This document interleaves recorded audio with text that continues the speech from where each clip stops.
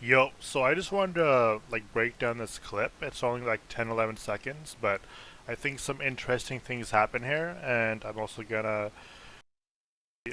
be switching to my Photoshop to sort of like better demonstrate like what's going on. Maybe someone will find it useful. Um, this is really my first time doing something like this, so I apologize if it's not completely smooth, but we're gonna give it a go. Let's watch the clip.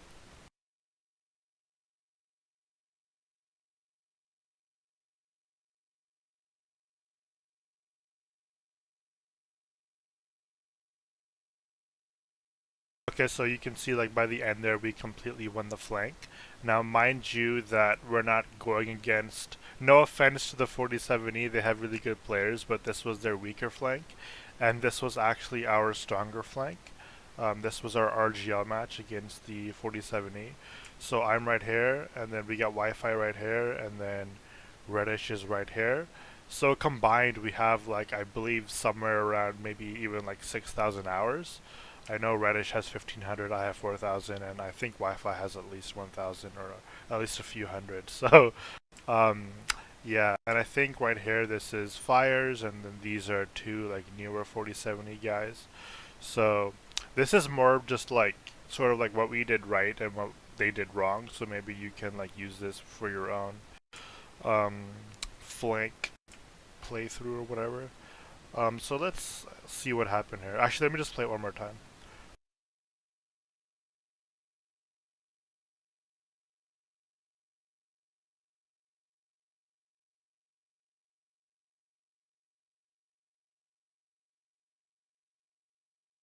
Okay, so it starts out pretty much like what we see here. Um, all three guys are in even spacing. Let me just get my thing out. So the spacing's pretty good at the start. Reddish is a bit far out, but I think he kind of comes back in as it starts. So spacing's looking good so far. Nothing to point out. Now, as we get further in, something interesting starts to happen. Fires right here on the edge. He starts going a little bit out.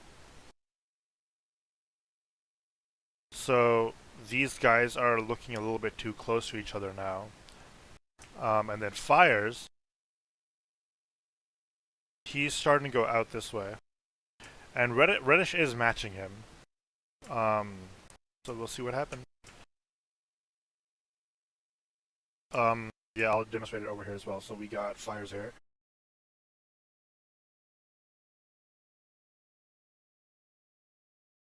So, so we're seeing something similar to this, where Fires is mirroring, I mean, Reddish is mirroring Fires' movements, and then the 3 and 2 man here are kind of close to each other.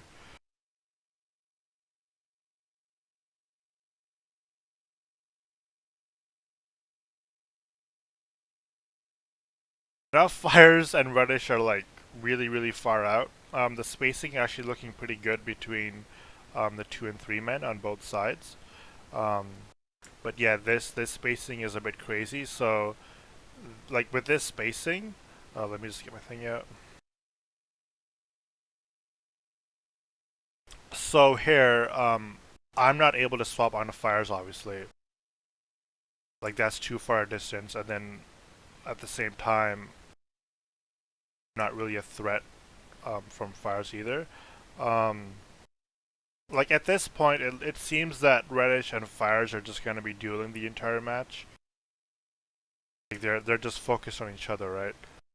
But that's not what happens. Let me just do it here.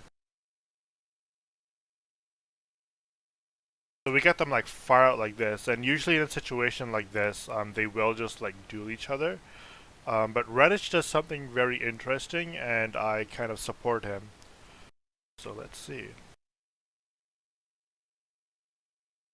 So right there, you guys see that? Fires hasn't really changed his positioning at all. He's still like way the hell out there. But Reddish, he decides that no, I'm not just gonna duel you. I'm gonna do something else. So we have a situation like this now. So Reddish comes in, he tucks in, he's like one man spacing away from me and a little bit behind me. Whereas Fires, he's kind of like this now. He doesn't really change position, but at this point, um, I'm not really sure what Fires is doing because he's not like in range of any. He's not supporting his 3 or 2 man, and he's not in range to really put pressure on anyone. Whereas Fires has put himself in a position where he's like reinforcing me, and he's also able to now apply pressure to the 2 man, as we'll see. So right there, we see that um, instead of going towards Fires, who is the obvious threat here,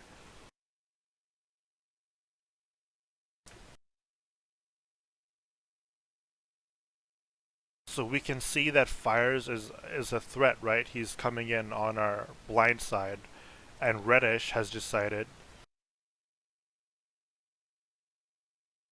That's horrible, but whatever. So Reddish has decided to go for the 2 man here.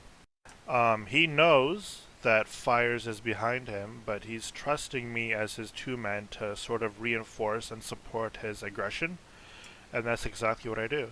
So we have a situation like this now.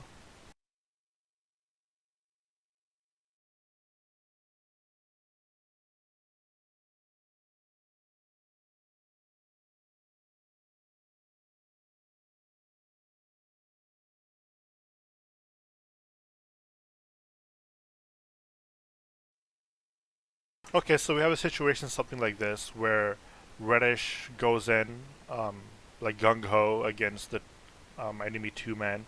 We have Fires over here who's, if he comes in, he's gonna be backstabbing Reddish, right? Reddish is open, but Reddish knows that he has a 2 man right behind him, and then yeah, I support him, so we'll see what happens.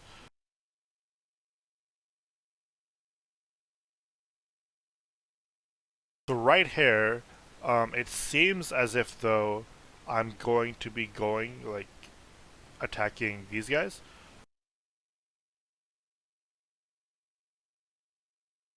It seems that I'm going to be attacking these guys, but um, when this happened, I actually saw Fires like with the corner of my eye. Like I wasn't actually too focused on him because it's very easy to get like caught up in the moment and just be like, no, I'm just gonna like follow my teammates and we're just gonna attack, right? Because like all of us right now seem to be headed in like this direction, but I make a very smart play because I notice that Fires is sort of like coming in on us and we all have our backside to him. So this is what I do.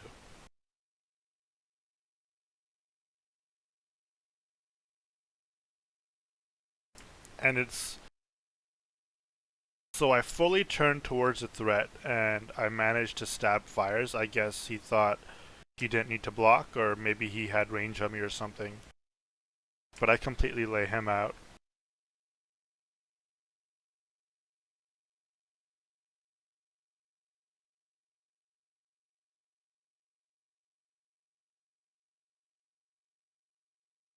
So I guess something like this happened.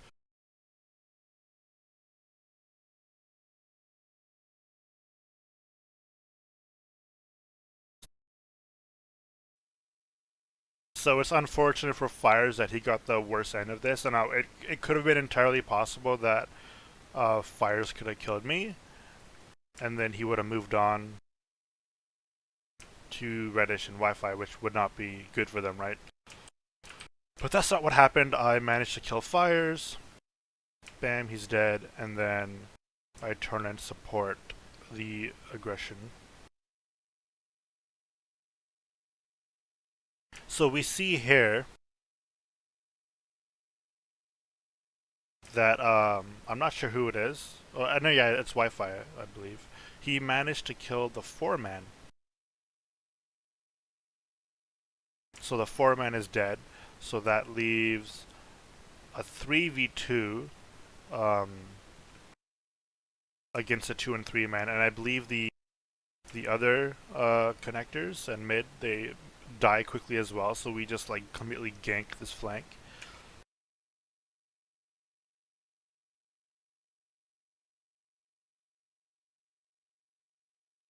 So yeah, they're pretty well surrounded here.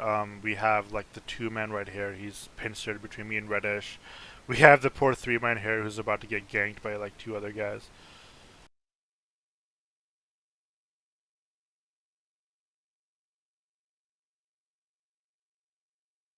So right here, look at this poor two man. He is pincered because I killed Fires and Wi-Fi killed the fourth man. Like we're completely surrounding them. So we got Reddish over here behind the two man. I'm in front of the two man about to block him, while Reddish just stabs in the back.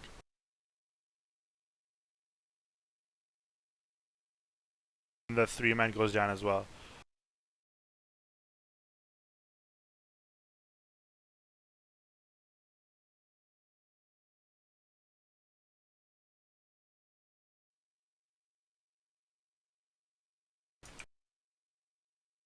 So yeah, if you have someone in this situation, it's not going to be too good for them.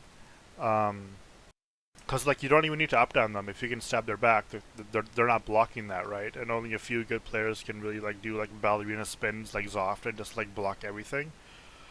So that's we had a bunch of guys like supporting Wi-Fi as well against three men. So they're both dead, and that's how we won the flank. Um, so I think the main thing here is like don't unnecessarily take duels. Reddish did a really good job um, tucking uh, tucking near me here because he's protected by me, right? So if Wi-Fi comes in, so if Wi-Fi came in here, he'd be at he'd be in range for my swap, and he'd be in range for Reddish to attack him too. So Reddish did a good play here, getting into this zone and protecting himself, and that's because he did like Reddish is a really good dueler, but even he can't instantly kill anyone like whenever he wants to, and Fires is a pretty competent blocker. So Reddish made the good decision of protecting himself by getting near me and then going for the two men. And but then obviously he was relying on me as well to catch that Fires was coming in on us, and then I turned and stabbed him. So yeah, hopefully this helps anyone, with their flank play, and I do hope to be breaking down some more clips. Goodbye, everyone.